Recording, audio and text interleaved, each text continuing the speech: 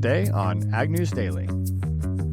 Yeah, so the Swine Health Information Center was founded in 2015, really due to producers wanting an organization that focused completely on emerging disease threats to the U.S. swine industry.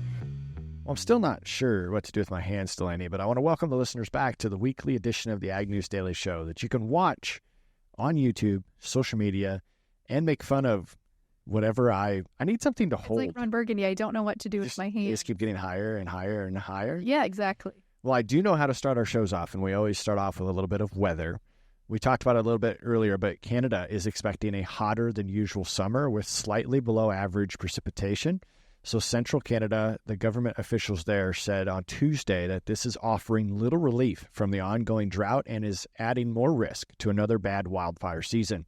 Last year, Canada experienced the worst ever fire season with more than 6,600 blazes, ruining more than 15 million hectares and roughly 7 times the annual average last year. Now, low snowfall throughout an abnormally warm winter and widespread drought is prompting the government to warn that April 2024 and beyond could potentially be another catastrophic year for fires.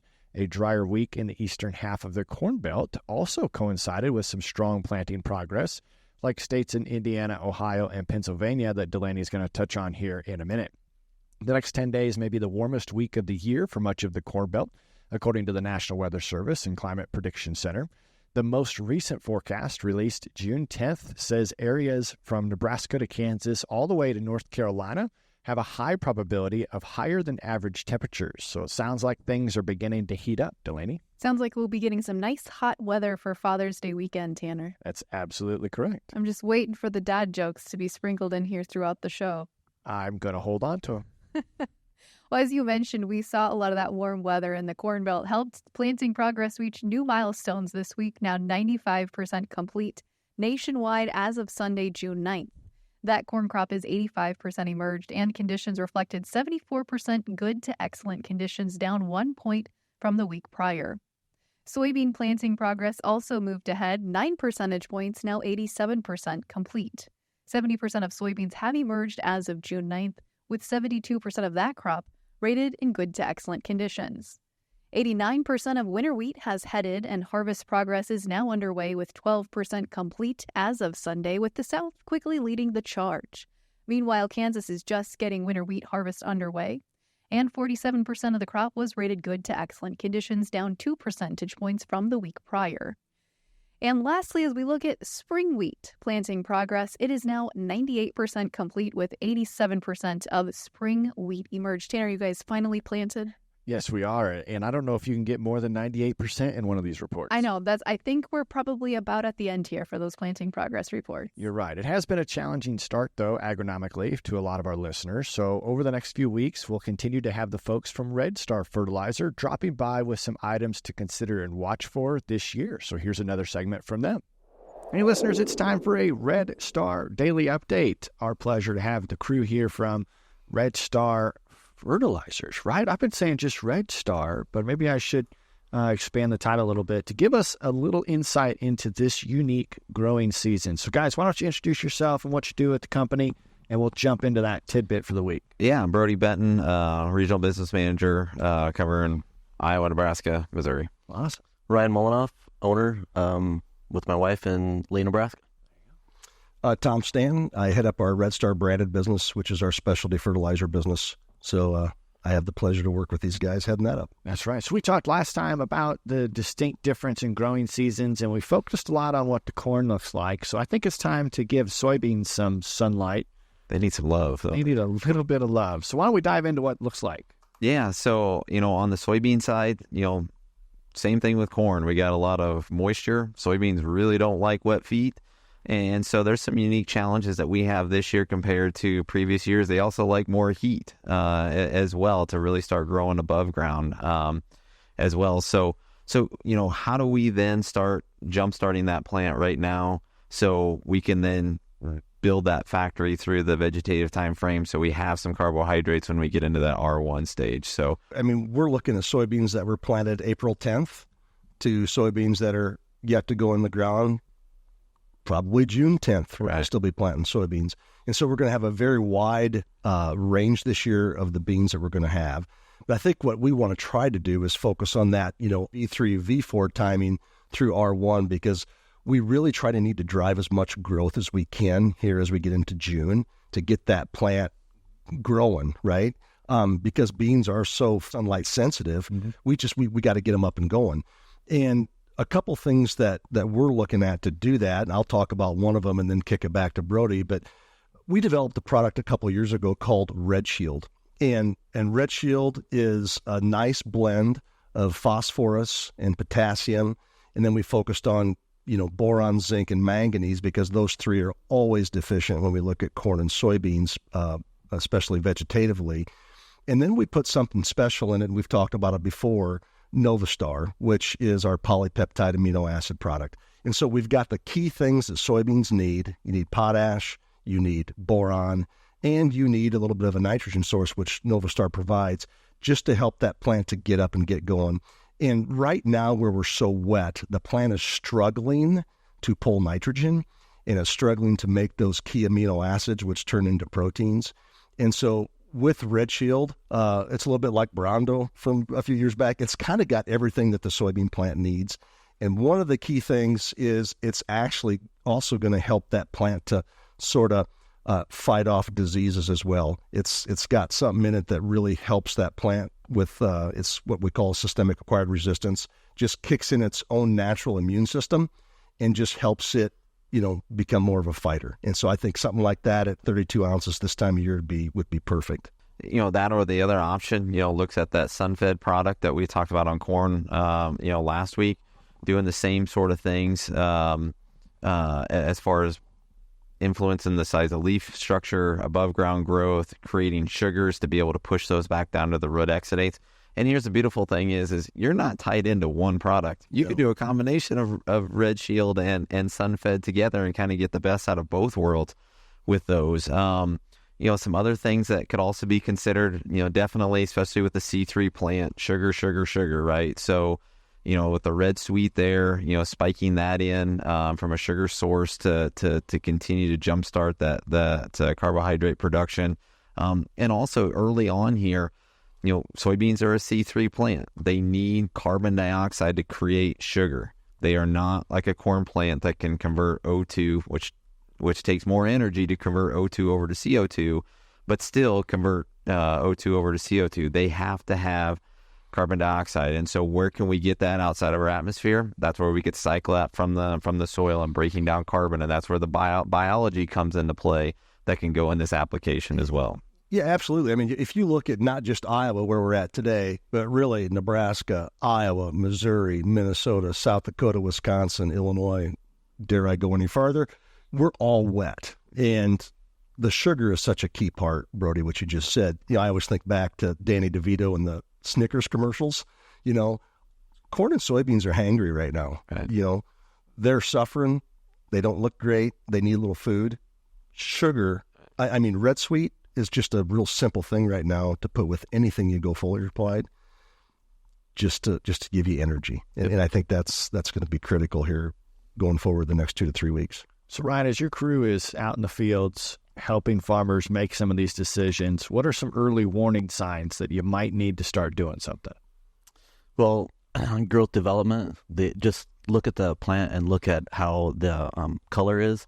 When it's pale, you can quickly tell that it's hurting, it's sick, it needs some energy, it needs a boost. So if our listeners are looking for maybe some advice from your team, what's the best way for them to connect with REDSTAR? Look us up on Facebook, Twitter, our website's redstarne.com or redstarbranded.com. That's great. Gentlemen, thank you so much for bringing another segment to our audience. I look forward to what we get to talk about next week. Thank you. Well, there you go, Delaney, another valuable segment to help you navigate this growing season. So let us know if you want more of those. We're happy to have those folks stick around. Absolutely. Great conversations you had here in the studio, Tanner. But switching our attention to avian influenza, multiple new cases have been reported as of this week, now totaling 12 states with confirmed reports. The first confirmed case has been added to a Minnesotan dairy farm, and a handful of cows in Benton County had symptoms over the weekend, and more than 40 cows had a fever the next day. Here in Iowa, the second case of avian influenza has been confirmed in a dairy in Sioux County, Iowa. Meanwhile, globally, a different strain of avian influenza, H7N9, has countries locking down their farms.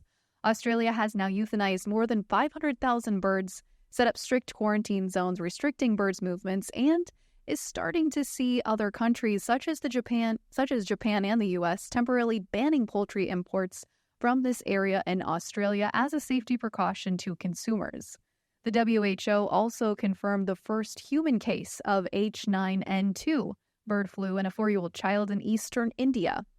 Tanner, there are even some that are starting to call this a repeat of COVID-19, as the European Commission has gone as far as purchasing 665,000 vaccine doses targeting avian influenza for their population. Wow, and here I was going to make fun of you saying Minnesotan, and that's a very serious piece of news. It is. Well, going back to Minnesota, we saw farmland values there increase by 2% in the past year, but cash rent rates decreased by a little less than 1%. Those were just some of the key takeaways from the recent agricultural economic outlook presented by Joe Mahon of the Federal Reserve Bank of Minneapolis. Ag lenders who were surveyed responded that farm income is down from over a year ago, and they anticipate this trend to continue for the second quarter of 2024. So far, high-quality farms have maintained relatively stable values. We also saw the recent report from Iowa State University with the cash rental rates survey come out for Iowa here in 2024. They found that overall cash rent averaged in the state at $279 per tillable acre in 2024. That's up from $222 an acre in 2020. The highest average came from District 1, which is the northwest corner of the state, at $304 on average. I still think those sound like some pretty high averages, Delaney. They certainly do, especially considering the tighter economic conditions we are going to see for farmers this year. But kicking things over to today's conversation with Dr. Megan Niederwerder from the Swine Health Information Center. We caught up last week at the World Pork Expo about some potential and timely concerns for the hog industry. So let's turn it over to that conversation with Megan. So, Megan, you've just recently stepped into the role as executive director now, but you're no stranger to SHIC. Tell us a little bit about your background and story that led you to SHIC and where you are today. Yeah, so the Swine Health Information Center, of course, is focused on mitigating the risk of emerging disease. And my history is that I served as a veterinarian, practiced in clinical practice for 3 years prior to obtaining a PhD in swine virology. And so viral diseases that affect pigs, including African swine fever virus, PRRS virus, PCV2. I served as a faculty member at Kansas State University for 6 years and then came to work for the Swine Health Information Center in April of 2022 and just recently took on the role as executive director. So certainly excited to be in this role and continue on this work of mitigating emerging diseases of swine. Well, I've heard you have a really impressive and extensive background in livestock and animal science research, so I'm excited to dig more in and learn how that path has brought you to doing some of the research that SHIC is doing today. But for those of our viewers who are unfamiliar with SHIC, give us the 10,000-foot overview of what the organization does. Yeah, so the Swine Health Information Center was founded in 2015, really due to producers wanting an organization that focused completely on emerging disease threats to the U.S. swine industry. It was really founded because of the introduction of porcine epidemic diarrhea virus in 2013. And so this was 2 years later, and producers wanted an organization, again, to focus on what else is out there, what's on the horizon, how can we mitigate any emerging disease risk that's either in the U.S. or globally. And so the Swine Health Information Center is funded by the Pork Checkoff. Those dollars are utilized for domestic and global disease monitoring. We also have coordinated communications where we try and inform producers on any risks. And we also have targeted research investments looking at how do we mitigate the next emerging disease risk? How do we prevent introduction? How do we ensure that we have the diagnostic tests in place for accurate and early detection? And thinking about how do we protect our pigs, really try and enhance the health of the U.S. swine herd. When you look at the myriad of potential foreign animal diseases that may hit U.S. shores, where are the areas where SHIC is most focused right now from a research R&D perspective? Yes, certainly African swine fever virus has to come to mind, thinking about where it is globally. Anytime it's introduced into a new country or region or there's an outbreak, we include that on our global disease monitoring report, trying to inform producers, animal caretakers, veterinarians, what the virus is doing globally, how it's changing, how it's impacting herds, and certainly where it's located. The other virus we've really been doing a lot of research on lately is Japanese encephalitis virus. It's a mosquito-borne virus that affects reproductive sows. And so thinking about reproductive outcomes like mummified fetuses, abortions, stillbirths, delayed farrowing. There was an outbreak in Australia that occurred in 2022. It expanded its geographic range and there was a new genotype. And so certainly that raised the level of alarm for U.S. producers thinking about how do we prevent introduction? How has the risk changed? Again, we are negative for JEV, but certainly want to have research impacts to prevent any introduction and mitigate that risk. Okay, Megan, so let's take this from a producer standpoint here for a second. We've talked a lot about maybe what SHIC's focuses are, but how are you taking those focuses of those foreign animal diseases you just mentioned, African swine fever, et cetera, and translating that research into something that a producer sitting at home watching or listening to this may be able to start doing on their operation or understanding how those dots all get connected? Yes. A good example of that is our Wean to Harvest Biosecurity Research Program. This is a program that we founded with the Foundation for Food and Agriculture Research and the National Pork Board, trying to leverage funds. We had a $2.3 million program that to date has funded 18 different projects. Wow. So it's looking at how do we have bioexclusion, preventing pathogen entry, but also biocontainment. So if your herd breaks, how do you prevent your neighbor or another farm down the road from becoming infected? And then thinking about the transport aspect of biosecurity. How do we protect our pigs from the transportation biosecurity from farm to market, and thinking about how we do that in novel ways.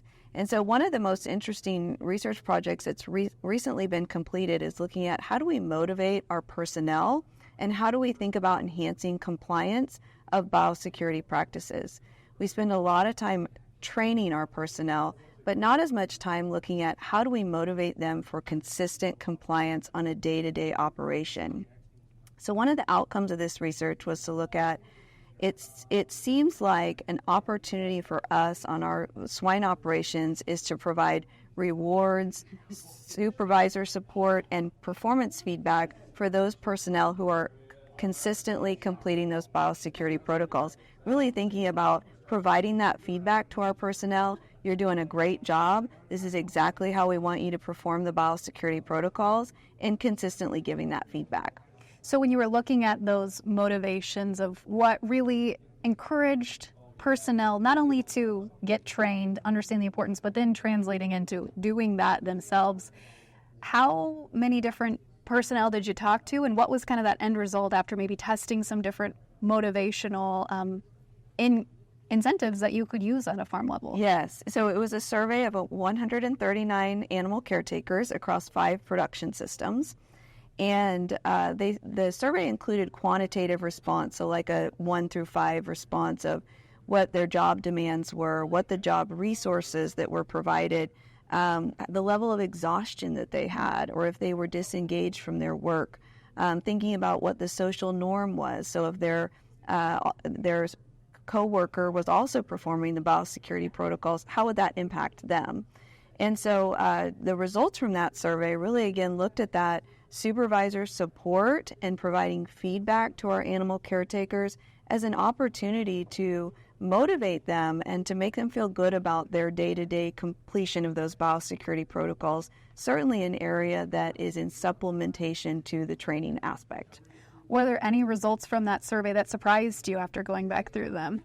Well, I think one of the things is that it's not just about caretaker motivation. It's really about that interaction and feedback and providing that incentive and good rewards for completing those biosecurity practices.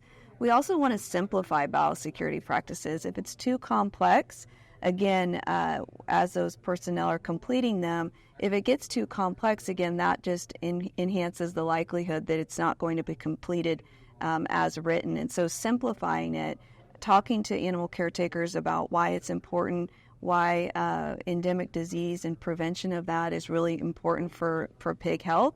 And animal caretakers inherently care about these animals. And so, again, utilizing that to reward them for performance of biosecurity. So what are some of the other maybe top research projects you're focused on right now? We mentioned the personnel one, the wean to harvest. What are some other top studies you guys are focused on here moving forward? Yes, the Japanese encephalitis virus research projects are underway, and also we continue to fund Japanese encephalitis virus, a mosquito-borne disease. So we're looking at what's the most effective mosquito control measures that producers can put in place. How would we develop a surveillance program, and what are the areas in the U.S. that may be at highest risk? We just recently completed a risk assessment for Japanese encephalitis virus introduction, and it looked at different regions of the U.S., what region may be at highest risk. And what they were able to identify is those southeast states, essentially from Texas to Virginia. Those southeast states were at highest risk for introduction because of the seaports and the airports that are receiving goods from countries that have Japanese encephalitis virus. So that may be an adult mosquito that may be infected and may be transported along with some goods. Thinking about where the feral swine are, of course, they're at risk for Japanese encephalitis virus as well. And so that area is really identified as the focus area for potential surveillance program. As we learn more and more, again, we can put these practices in place to understand how would we detect it if it's been introduced, and how do we mitigate it. Megan, I appreciate your time today. If any of our viewers or listeners would like to check out some of SHIC's resources, the personnel study that you mentioned, where is the best place to go to find out more information? Yes, all this information is on our website, swinehealth.org. And we also put out a monthly newsletter, so if anyone is interested in receiving that, on our website you can sign up for our newsletter that comes in once a month. It includes the domestic disease monitoring report, the global disease monitoring report, and then any research results, so you can stay up to date on anything that we have going on. Perfect. I didn't know about the newsletter, so I will be signing up for that myself. Great. Megan, thanks so much. Thank you.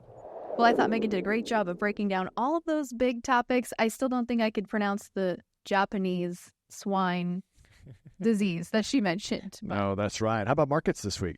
Well, this week we saw the June WASDE report released, and it did little to excite the grain markets. Despite analysts' expectations for a lower corn ending stocks number, the USDA held strong, with ending stocks or leaving those unchanged, while soybean ending stocks were increased more than the trade expected. Looking globally, the USDA reduced their Brazilian soybean harvest expectation by 1 million metric tons, but left corn unchanged. They also left corn and soybean production for Argentina unchanged as well.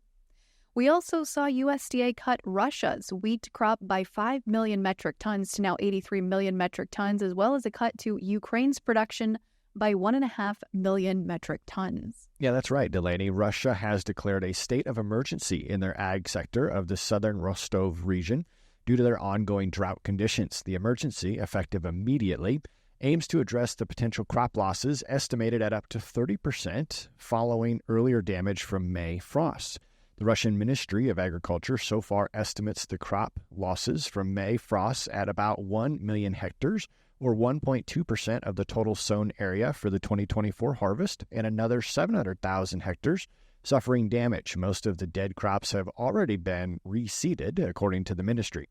The USDA raised its pork production forecast by 40 million pounds, noting more rapid pace in the second quarter slaughter and higher dressed weights. Pork production is expected to rise 2.9% from last year, and pork exports are now forecasted to rise 8% from the year before.